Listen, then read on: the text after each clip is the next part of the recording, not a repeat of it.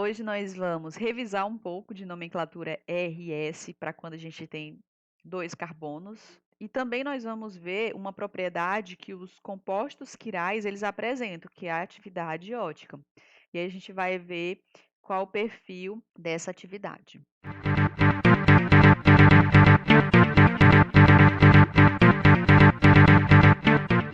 Então lembrando aqui que a gente finalizou na aula passada falando sobre a quantidade máxima que uma estrutura pode apresentar de estereoisômeros. E aí, para isso, utiliza-se uma regra, né, que é a regra do 2C asterisco, onde o C asterisco ele representa a quantidade de carbonos quirais que uma determinada molécula apresenta. E aí, com base nessa quantidade, a gente pode prever quantas estruturas vão existir. Nós vimos que para esse caso do 2,3 de bromo pentano, ele apresenta 2 carbonos quirais. Logo, ele pode ter até 4 estruturas. E aí eu falo pode ter até 4, porque pode acontecer casos de a gente ter 2 carbonos quirais, mas não ter 4 estruturas e ter apenas 3, que vai ver quando que isso acontece também. Então, fazendo aqui as representações do 2,3 de bromo pentano, com base para que a gente possa dar as configurações RS desses carbonos. Então, aqui eu vou desenhar, coloquei ali o número atômico para a gente se basear, porque a gente precisa dessa informação na hora de fazer a sequência do 1, 2, 3. Então, aqui eu vou representar o 2, 3 de bromo pentano, que ele seria essa estrutura, CHBr. O outro CHBr e mais 2 carbonos, CH2, CH3. Então, essa é a representação mais geral, não falando em termos espaciais, né, da estrutura. E a gente observa que ele tem esse carbono quiral e tem esse carbono quiral. Então, aplicando a regra do 2C asterisco, C asterisco, nós teríamos 2 elevado a 2, 4 estruturas. É possível representar 4 estruturas para esse composto. E aí a gente vai fazer essa representação. Você vai centralizar para os 2 casos o carbono quiral, né? Você tem que centralizar para saber exatamente qual será a configuração, se é R ou S. E aí eu vejo que esse primeiro carbono, ele tem 4 ligantes diferentes, né? Que é um C, um Br, um H, e esse grupo todo aqui está ligado a esse carbono. E aí eu já vou posicionar, vocês devem lembrar que vocês devem sempre posicionar o grupo de menor prioridade para trás, porque ele não me interessa saber a sequência para o número 4. Então, a gente vai definir que esse grupo está para trás, e aí eu preciso ver só a sequência dos 3 ligantes que me interessam, que é o 1, 2 e 3. Então, nesse caso aqui, a gente, comparando os ligantes desse carbono, já prevê que o que tem menor número atômico é o hidrogênio. Logo, a representação dele será para trás. Vamos colocar aqui nessa posição, que significa que ele está para trás. Ele não, é como se nós não estivéssemos vendo ele, né? Nós colocamos ele para trás. E aí, com base nisso, a gente vai alocar os outros ligantes. E aí, como eu falei para vocês, essa ordem aqui, ela não tem uma sequência, você que monta, tá? Então, já botei o H, vou colocar o Br para esse lado, vou colocar o CH3 para esse lado, e o ligante, esse grupo aqui, que seria o outro ligante dele aqui para baixo. Só que eu observo que esse outro ligante também tem um carbono quiral. Então, eu também já vou alocar o seu hidrogênio, que seria o menor grupo, o grupo com menor prioridade, porque ele tem número atômico 1, já para trás também. Então, esse eu já estou colocando para trás. Então, é como se não me interessasse ver o grupo de menor prioridade. E vou alocar os outros ligantes desse carbono. Esse grupo aqui nós já alocamos, que seria a posição de cima, né? Ó, em relação a esse carbono quiral, esse grupo nós já colocamos aqui. Tá faltando o H, nós já colocamos, e aí sobrou o Br e sobrou o CH2. Como que nós vamos alocar o Br? Tanto faz, eu posso botar ele no mesmo plano do Br, ou poderia botar em plano oposto, nesse início, não tem problema. E o outro grupo, que é o CH3, CH2. Beleza? Ok.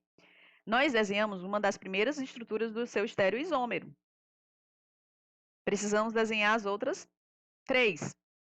E aí, sempre que existir uma estrutura, vai existir o seu enantiômero. O seu enantiômero é o seu espelho. Então, se nós já propomos essa estrutura, vai existir espacialmente a outra possibilidade, que é o seu espelho. Então, BR, C, H, CH3, C, BR, H,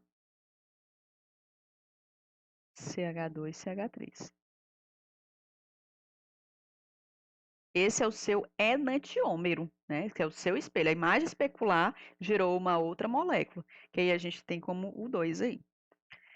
A outra possibilidade, não vai mais existir espelho, porque para existir espelho só existe um par, que são os enantiômeros. Mas existe uma outra possibilidade, que é os bromos estarem em posições opostas, né? Ali eles estão no mesmo plano, mas a gente pode botar eles alocados em posições opostas. E aí a gente teria a outra possibilidade de estrutura, que seria, vou manter esse lado igual, PR, CH2, CH3, H, subir aqui. Agora eu não vou deixar mais o BR do mesmo lado do BR, vou trocar. BR, pronto. Essa é a outra possibilidade de estrutura. E a última é o teu espelho dessa estrutura, que seria o enantiômero dessa estrutura. Deixa eu só apagar aqui essa quantidade. E a outra possibilidade é o espelho dessa estrutura que nós desenhamos.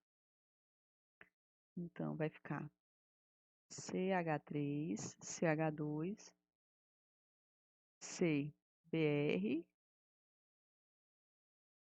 Esse significa para trás. BR desse lado. CH3 e o H para cima.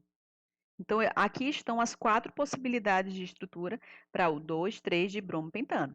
Agora, a gente vai fazer, todas aí tem o nome 2, 3 de bromo pentano, mas elas mudam nas configurações dos carbonos quirais. Para cada caso, a configuração do carbono quiral ela é diferente. E aí, antes do nome, a gente vai precisar dizer as configurações desses carbonos. Nós vimos que os carbonos quirais é o carbono 2 e o carbono 3. Mas para cada caso, a gente precisa dizer qual a configuração do carbono 2 e do carbono 3 antes de alocar o nome 2, 3 de bromo pentano. Aí nós vamos para a sequência. Então, como eu falei para vocês, se vocês aprendem um muito bem, se vocês derem a sequência do primeiro corretinho, os outros a gente não vai mais precisar ficar fazendo essa sequência, porque a gente vai ver o que a gente definiu para o primeiro, ver a configuração e o que não tiver igual ao que a gente definiu vai ser o contrário. Então, o que não for R vai ser S. Então, a gente vai definir bem o primeiro, porque com base nessa primeira estrutura a gente vai definir para todos os outros. Então, vamos aqui. Analisando o segundo carbono quiral, analisando o carbono 2 da primeira molécula. Nós vamos atribuir as prioridades aqui para saber a sequência do giro. Eu vou colocar ele até em vermelho aqui, só para a gente... Estou falando desse asterisco. Observando aqui o número atômico, o bromo tem número atômico 35. Então, esse grupo aqui é o grupo de número 1 para esse carbono quiral. Aí nós vamos para o outro ligante. Eu já sei que esse aqui é o 4, por isso que nós já desenhamos para trás. Então, ele não me interessa, mas já atribuímos o 4 para ele. Agora, resta saber quem é o 2 e quem é o 3. Nesse grupo, nós temos carbono. Nesse outro grupo, nós também temos carbono. Só que esse carbono tem 3 hidrogênios. Esse tem um carbono e nele está ligado um bromo.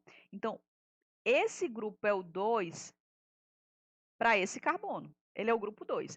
Logo, esse é o grupo 3. E aí a gente faz a sequência 1, 2, 3.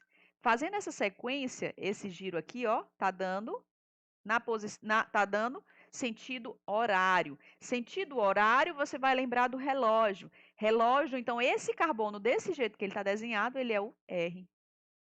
Esse carbono, do jeito que ele está desenhado, ele é o R. Ok? Agora, a gente vai avaliar a configuração do outro carbono quiral.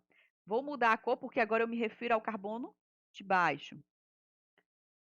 Ao carbono de baixo. O ligante número 1 dele é esse, é o bromo. O ligante número 1 para ele é o bromo. Para o carbono, para o hidrogênio, é o 4. Nós já até definimos com a estrutura desenhada para trás. Agora, a gente vai definir quem é o 2 para esse carbono. Coincidentemente, o grupo que também tem BR é o 2 para ele. Observe que eu estou mudando a cor, porque agora a sequência, eu vou olhar a sequência para o verde. E esse vai ser o grupo 3. Esse vai ser o grupo 3. Observando essa sequência, eu observo que o giro entre 1, 2 e 3 verdinho, ele deu no sentido anti-horário. Deu no sentido anti-horário. Então, se é no sentido anti-horário ao relógio, essa configuração aqui é o S. Essa configuração é o S. Então, a estrutura que nós desenhamos teria a configuração 2R, 3S.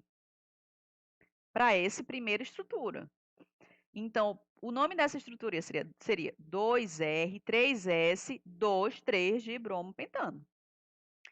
Como eu falei para você, se você definir um primeiro bem, você não precisa mais ficar fazendo a sequência para os outros, porque eu só vejo como é que está se repetindo.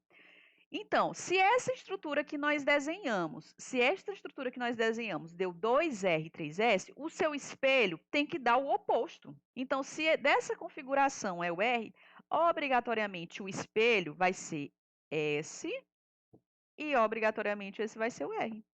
Então, se esse é o 2R, 3S, o seu espelho, o seu enantiômero é o contrário. É 2S,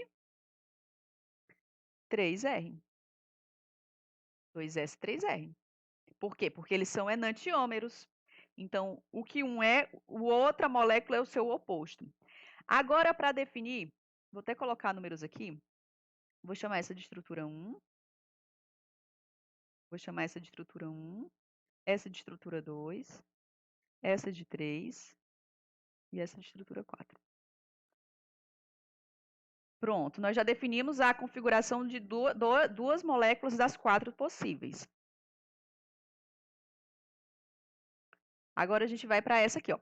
Observe que esse perfil aqui de cima, está igual, se eu cortar aqui na metade, ele está exatamente igual ao perfil de cima da primeira estrutura, não é? A mesma organização. Então, se esse deu R, obrigatoriamente esse também é R. Esse também é R. Porque nós já definimos isso com base na primeira estrutura. Agora, olhando o perfil da metade para baixo, ele já está igual ao perfil da segunda molécula, que na nossa configuração estava R. Então, esse aqui é o R. Então, para essa estrutura, a sua possibilidade de configuração é 2R, 3R. E se a quarta estrutura é o enantiômero da terceira, então o que a terceira é, a quarta é o seu oposto. Então, se a terceira estrutura é 2R, 3R, o seu espelho, o seu enantiômero, ele é 2S, 3S. 2S, 3S. Certo? Então, todas aí, antes do nome, antes do 2, 3 de brompentano, dependendo da estrutura que nós estivermos representando, eu preciso dizer se é o 2R, 3S, se é o 2S, 3R, se é o 2R, 3R ou se é o 2S, 3S. Porque existem 4 possibilidades de existirem espacialmente, né? Então, a isomeria ótica é isso, é existir espacialmente, configuração espacial. 1 e 2 são enantiômeros, 3 e 4 são enantiômeros. Já 1 com o 3 são diastereoisômeros, uma não é espelho da outra, mas eles são isômeros espaciais. O 1 com o 4 também são diastereoisômeros, assim como o 2 e 3 são diástereoisômeros e o 2 e o 4 são diástereoisômeros. Eles não são espelhos um do outro, mas são estereoisômeros da mesma estrutura. Esses 2, 3 são retirados pela quantidade de carbono? Não, é porque no carbono 2 existe o carbono quiral. E no carbono 3 existe o carbono quiral. Então, esse 2 é porque eu estou te dizendo que o carbono 2 é quiral e ele está numa configuração R. O carbono 3, que também é quiral, da estrutura que nós propomos, o carbono 3 também é quiral. E na hora que eu desenho ele espacialmente dessa maneira, eu estou dizendo que esse carbono 3, que é quiral, ele está numa configuração S. Agora aqui para o 2, são os mesmos carbonos, o carbono 2 e 3, só que quando eu represento o 2 dessa maneira, eu estou falando que quando eu desenho ele dessa maneira, a sua configuração do carbono 2 quiral está numa configuração S. Quando eu desenho o 3 nessa configuração, eu desenho ele numa configuração R, é o carbono quiral. Então, esses números 2 e 3 é para dizer que esses carbonos da estrutura são os carbonos quirais, e aí eu estou definindo a configuração específica para cada carbono quiral. Certo. Como eu falei para vocês, quando existem dois carbonos quirais, você pode elevar ao C asterisco, né? Então, existem dois carbonos quirais, 2 elevado a 2, vão existir 4 estruturas. Porém, nem sempre isso acontece. E aí, o máximo que vai existir não são 4, e sim 3. Porque agora a gente vai falar de um composto que é meso. Um composto que é meso. Então, aqui para o caso do 2,3 de bromo-butano. A estrutura dele é essa aqui. CH3. A estrutura geral, né? Aqui, estrutura condensada. CH3. Br no carbono 2 e Br no carbono 3. Dessa estrutura, eu vejo que eu tenho dois carbonos quirais, que na hora que eu fizer a sequência dos números, um é o carbono 2 e o carbono 3 são os carbonos quirais. Aí eu vou botar aqui o C asterisco, né? Então, 2 elevado a 2, 4 estruturas. Mas eu quero que vocês observem que nem sempre isso pode acontecer. Por quê? Vamos lá. Vamos desenhar aqui as 4 possibilidades que a princípio teria. Então, nós vamos ter aqui, vou centralizar os carbonos quirais, já vi que tem hidrogênio, então já vou deixar esse hidrogênio na configuração para trás, porque ele vai ser o grupo de menor prioridade. E vou organizar os outros. Br, CH3. O carbono 3 também é quiral, então já vou fazer essa organização de deixar o grupo de menor prioridade para trás, que é o seu hidrogênio. Vou colocar aqui o Br para esse lado e vou colocar o CH3 para esse lado. Então, essa é uma primeira estrutura que pode existir. Qual a segunda possibilidade? O seu espelho, o seu enantiômero, que é o seu espelho. Br, C, H, CH3, C, CH3, Br para esse lado e o hidrogênio já represento para trás, porque desse carbono quiral, do carbono 3, ele é o grupo que tem menor prioridade. Agora, gente, observe o seguinte. Você poderia dizer, agora eu vou deixar os dois bromos para o mesmo lado, os dois bromos para o mesmo lado, CH3, Br, CH3, H.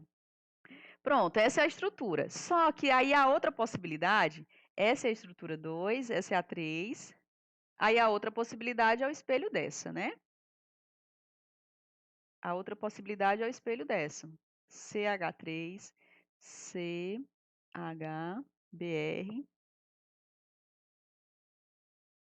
CH3, Br, H. Essa seria a quarta estrutura, né, que vem na nossa cabeça. Mas observe bem, vamos aqui observar essa molécula. Qual a condição para existir isomeria ótica? É uma molécula que ela não tem simetria. E uma das possibilidades da gente ver isso é se o carbono tem 4 ligantes diferentes.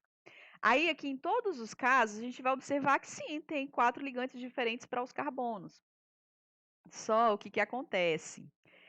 Se você cortar essa molécula aqui no meio, uma parte fica igual à outra? Nesse caso, não. Se eu sobrepor a parte de cima com a parte de baixo, o encaixe não é igual. A mesma coisa vai acontecer no 2. Quando eu corto essa molécula aqui, se eu fosse, por exemplo, passar uma sobre. Dobrar, se eu fosse dobrar essa molécula, a gente vê que o encaixe também não é igual. Mas quando acontece nessa molécula aqui, ó, corta ela no meio e dobra, você vai ver que os encaixes são iguais. Então, por mais que nós tenhamos carbonos quirais, a molécula tem simetria. Então, se tem simetria, então a molécula é aquiral. Porque tem que ser, para ter isomeria ótica, a molécula tem que ser quiral, ou seja, assimétrica. Não pode ter simetria. Quando é o caso de uma estrutura que, mesmo que tenha 4 ligantes diferentes, a molécula no final tem um valor resultante de simetria, que é o caso do 3, que é o caso do 4, é porque eles representam a mesma estrutura.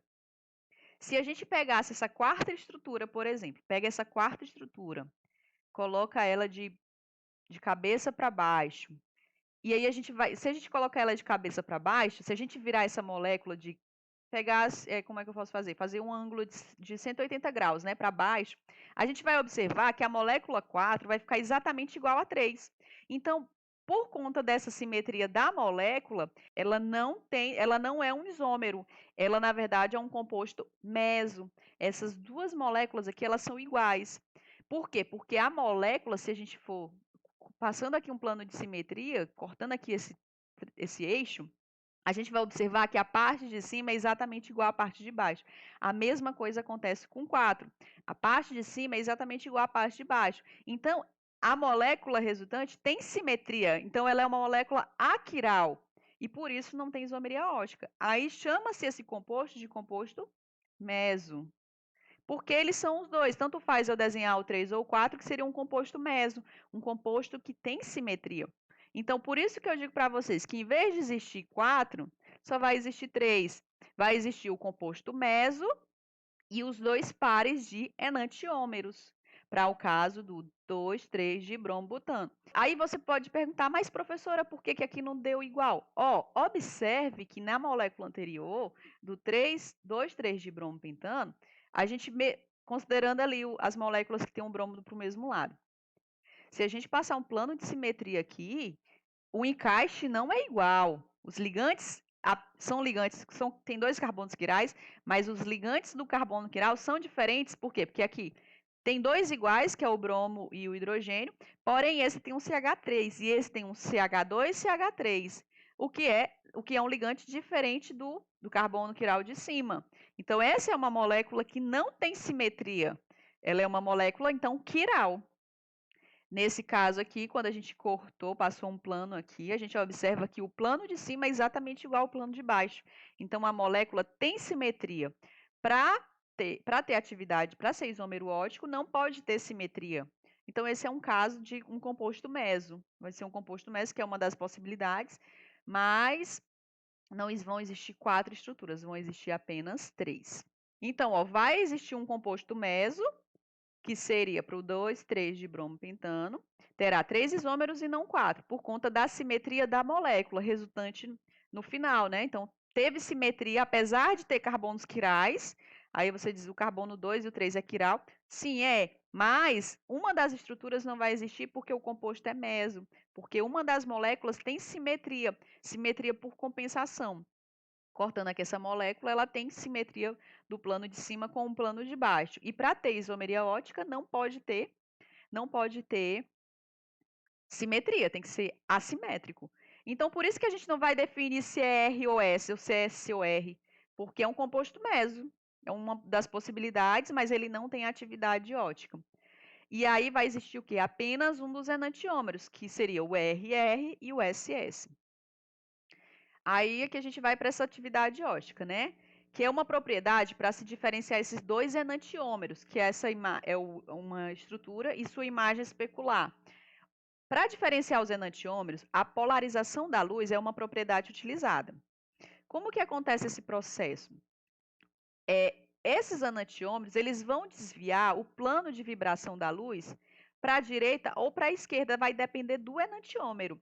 Então, cada enantiômero, a molécula e a outra molécula, que é a imagem especular, uma vai girar para a direita, o plano de vibração da luz, e o outro vai virar para a esquerda. Então, a luz natural recebida pelo Sol, ela é composta por ondas magnéticas que vibram em infinitos planos perpendiculares. E a gente vê que não existe um eixo específico para essas ondas se movimentarem, né? Elas estão em diversos planos. Mas o que é a luz polarizada? É a luz que vibra em um único plano. E ela pode ser obtida por uma lente polaroide ou um prisma de Nicol. Então, seria pegar algum desses planos aí, algum desses eixos, e deixar ele num plano único, tá? Então, a gente vai ver apenas o movimento aqui no caso. Foi selecionado, no caso, a que está na linha vertical, né? Está nessa linha vertical. Ela foi escolhida com base nesse... Ela foi obtida utilizando esse prisma aí de Nicol. E aí, o que acontece? Nós vamos fazer o experimento para saber se, primeiro, a molécula tem atividade ótica. A atividade ótica, ela vai te dizer se existe carbonos quirais, se existem moléculas quirais, na verdade, que agora a gente não fala só de carbono, fala da molécula em si também sendo quiral, né? Aí o que acontece? Existe aqui a fonte de luz, que elas estão em todos os planos, infinitos planos. Aí, utilizando esse prisma de Nicol, selecionou apenas um feixe. Esse feixe que está na linha vertical. Está na linha vertical. E aí, nesse tubo, é onde está a amostra orgânica, que inicialmente eu não sei se ela tem carbono quiral ou se ela não tem carbono quiral. E aí a gente pode observar 3 resultados, tá? 3 resultados podem ser observados. Eu observei que, para o caso A, do jeito que a luz entrou, ela passou pela amostra e ela continuou exatamente igual. Ela continuou exatamente igual. Pode acontecer o caso B. Ela entrou na vertical e aí ela se desviou para a direita. Teve um desvio ali para a direita. Ou pode acontecer o caso C. Ela entrou na posição vertical, passou pela amostra, né? Passou pelo tubo que tem a amostra orgânica. E aí aconteceu o caso C. A luz que estava na vertical se desviou para a esquerda. Se desviou para a esquerda.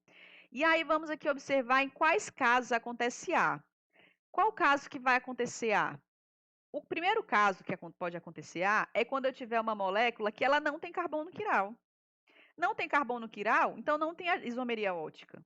Se tem simetria entre carbonos, então não vai ter desvio do plano da luz, ela vai continuar igual. Então, no caso a luz polarizada que vibrava em um determinado plano, ao atravessar o composto orgânico, continuou vibrando no mesmo plano. Então, dizemos que o composto não tem atividade sobre a luz, ele é oticamente inativo. Então, seria um caso, por exemplo, de ter um composto que não tem carbono quiral. É uma molécula que tem simetria. Então, nesse caso, a luz não vai se desviar para nem para a esquerda e nem para a direita. O plano da luz vai continuar vibrando do mesmo jeito que ela estava antes de passar pela amostra. No caso B, a luz polarizada, ao atravessar o composto orgânico, passou a vibrar em um plano para a direita, desviou para a direita, daquele que ele vibrava anteriormente.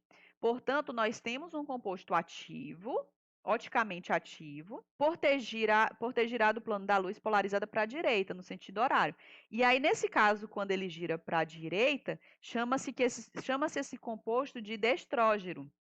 Ele fez o giro do plano da luz para a direita. Qual o caso que isso pode acontecer? Quando nós tivermos um carbono quiral. Uma molécula quiral vai ter desvio do plano da luz, para a direita ou para a esquerda. Se girou para a direita, ele é o destrógeno. E quando que vai ter? E quando que o giro é para a esquerda? No caso C, após atravessar o composto orgânico, a luz polarizada passou a vibrar em um plano de luz para a esquerda. Concluímos então que um composto orgânico é ativo e por ter girado o plano de vibração da luz polarizada para a esquerda, no sentido anti-horário, ele é o levógeno. Então, a molécula que desvia para a direita é destrógeno e a molécula que gira para a esquerda é levógeno. Que aqui é 1, esse vai ser o grupo 2, esse vai ser o grupo 3. Então, o sentido desse grupo aqui é o S. E esse outro grupo aqui, se esse é o S, a outra só pode ser o R. tá? Então, por exemplo, nós colocamos lá naquele tubo só a amostra 1, que seria a estrutura que tem um carbono quiral.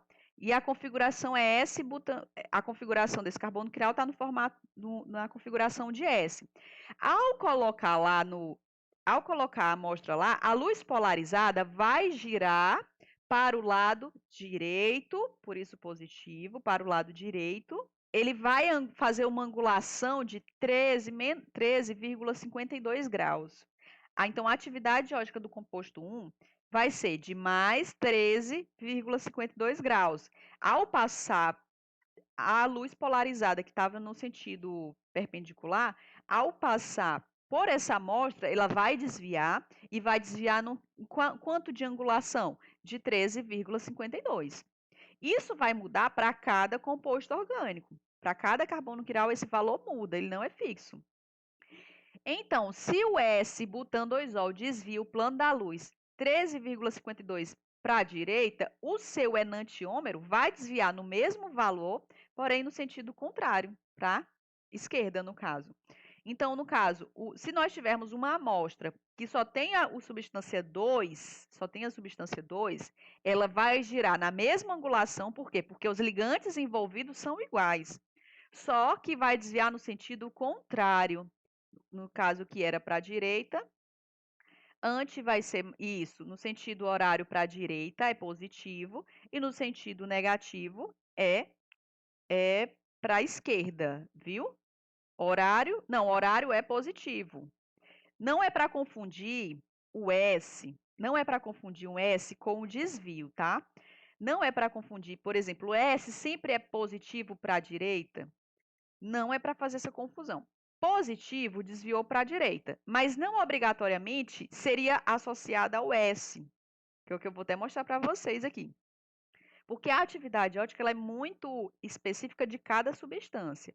Então, esse positivo ou negativo é só se é para a direita ou se é para a esquerda lá na hora que passou, nesse caso aqui, tá? Então, desviou para a direita, é destrógeno, é positivo. Desviou para a esquerda, é levógeno, negativo. Então, se nós tivermos só a substância 1, a substância S vai desviar para a direita de 13,52 graus. Se nós tivermos só a substância 2, ela vai desviar no mesmo valor, porque os ligantes envolvidos são iguais, porém no sentido contrário, no sentido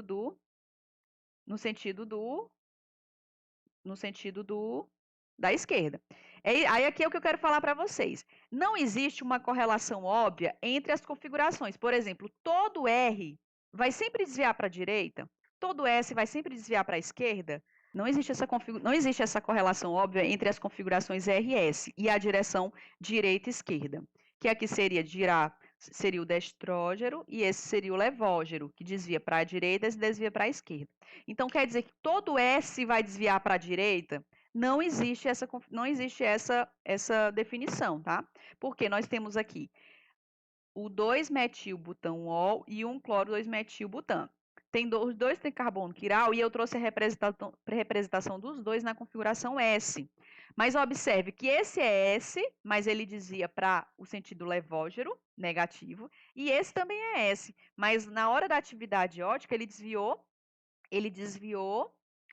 para o lado direito, tá? Então, não associar a configuração ao sentido que ele desvia o plano da luz. Então, a questão ele vai ter que te dizer sim, porque a atividade ótica ela é muito específica para cada substância.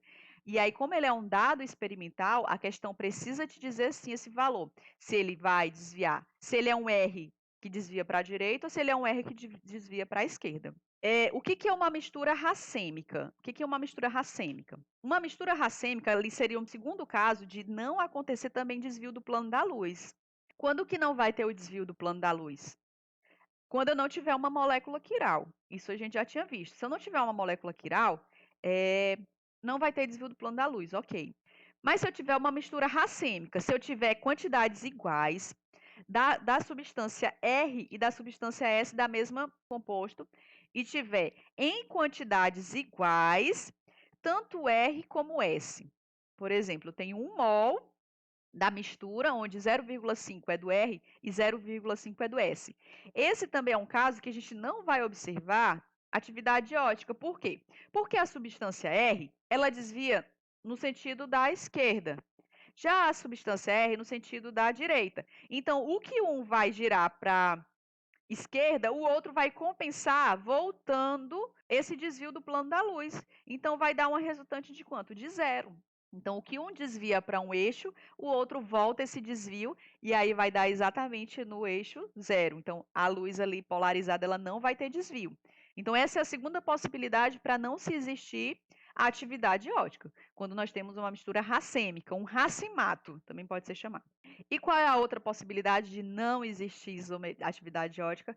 Quando nós tivermos um carbono, um composto meso. Por quê? Porque a molécula, mesmo tendo ali 2 carbonos quirais, a gente observou que ela é um composto meso por conta da compensação interna, porque tem simetria na molécula.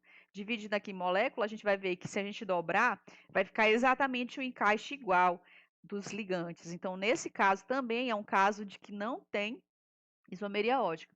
Porque os ligantes do carbono 1 é um hidrogênio, um CH3 e um Br. Os ligantes do carbono 2 são os mesmos ligantes. Então, o que vai acontecer? Nós poderíamos até dar aqui configuração. Esse vai desviar, esse é 1, 2, 3. Esse seria o R. E esse seria 1, 2, 3, seria o S.